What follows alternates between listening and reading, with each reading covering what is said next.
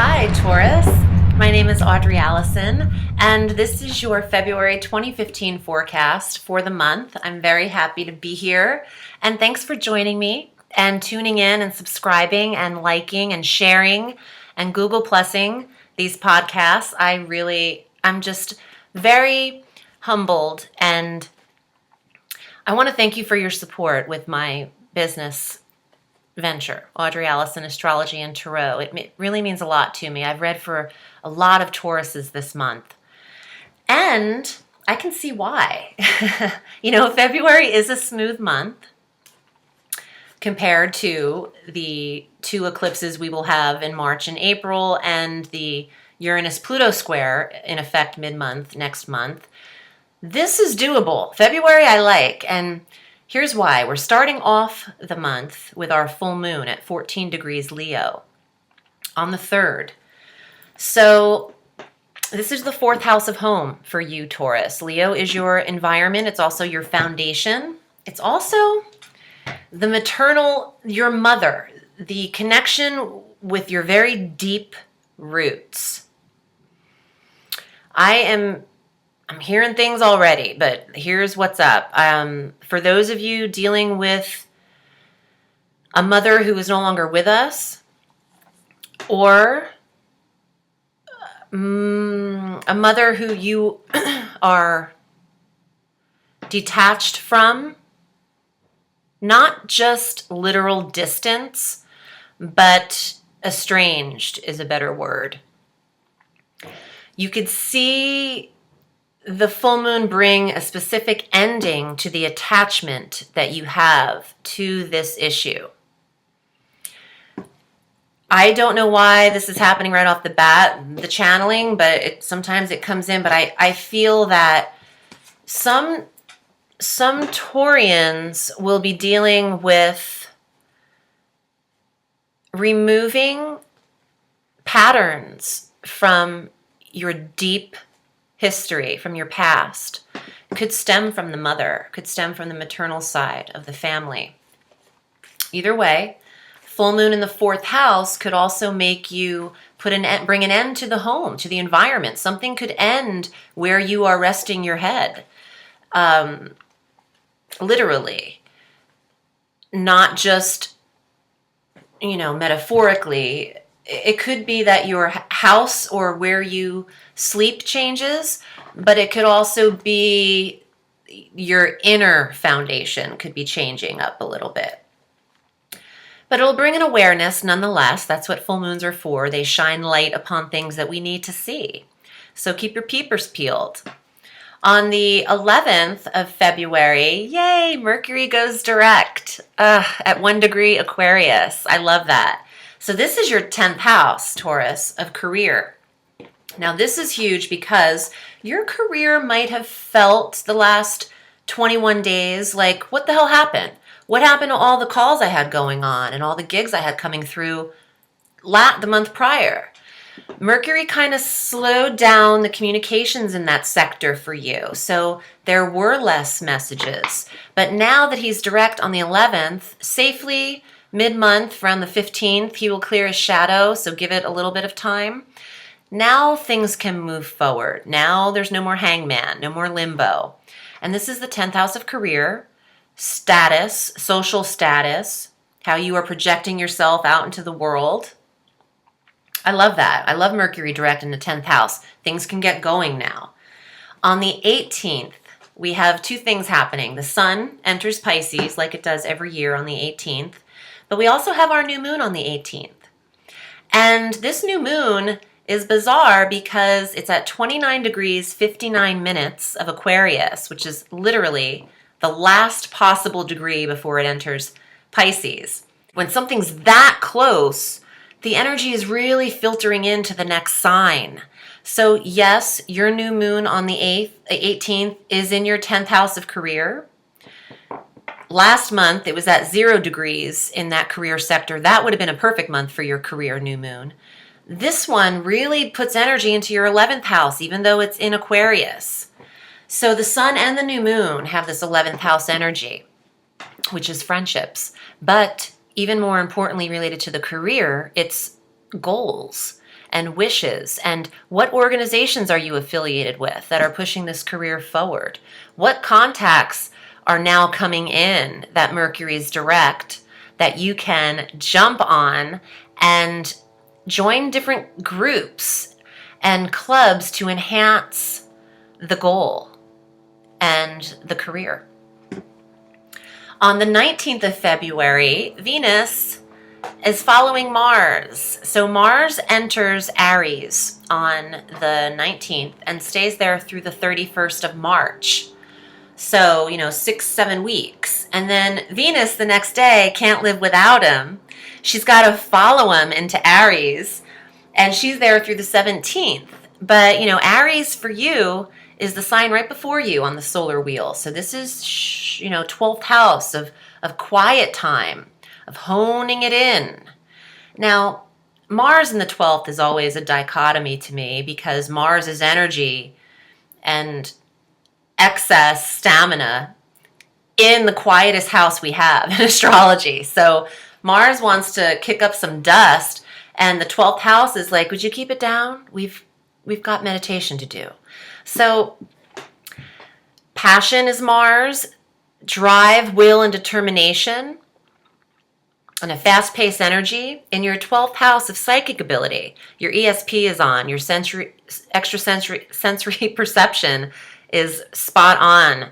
Your dreams can be analyzed meticulously.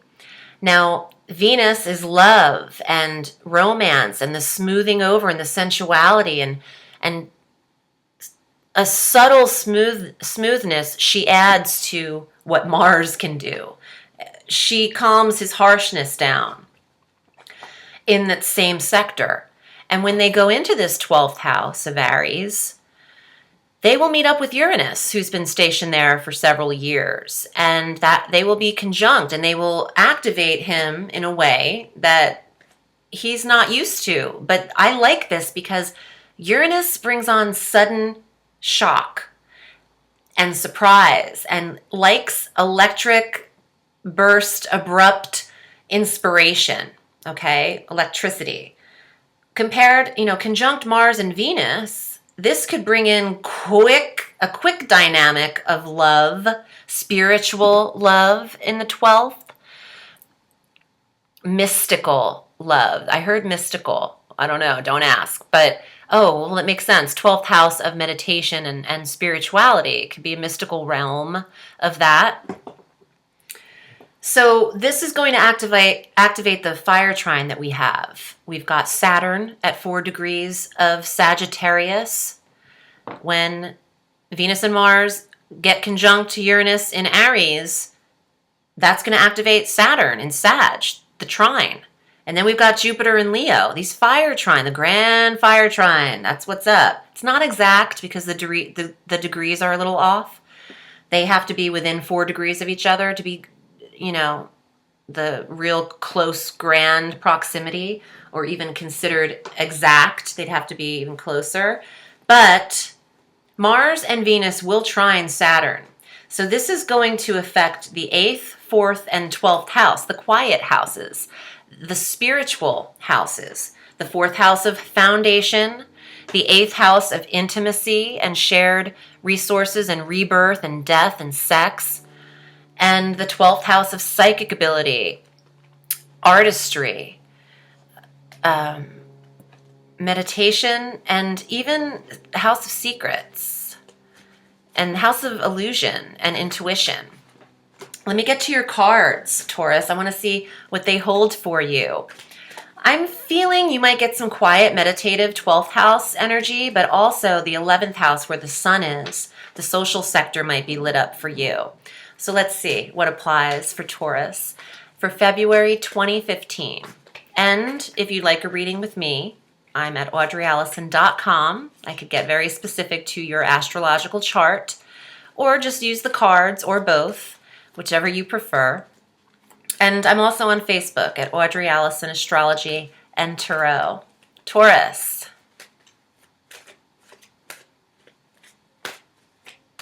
Okay, let's see.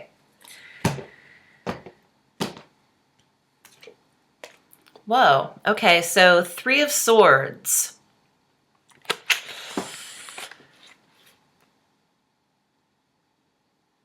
Loss, rejection, pain, afraid, fear, afraid of something. Let me pull some other cards here. King of Cups, the 12th house, going inward, spirituality, meditation, psychic ability. The 9 of Coins, the money tree, health, wealth, prosperity. Ooh, the Tower. This is the electricity. This is Uranus, the electrical shock, the breakthrough. And the final card is the Queen of Coins. Ooh, okay.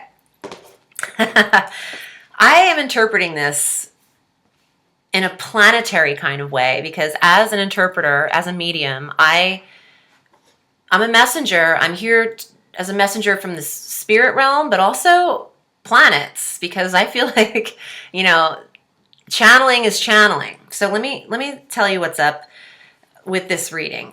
And I'm sorry that I'm like all over my words. I'm just kind of anxious about it. This is where you've come from. This is how you felt with a Mercury retrograde in your 10th, wondering, did that job not come through? Did they reject me? Am I paranoid? I thought that was going to work out. That's the fear and the fear of rejection and thinking you lost something. You didn't lose it.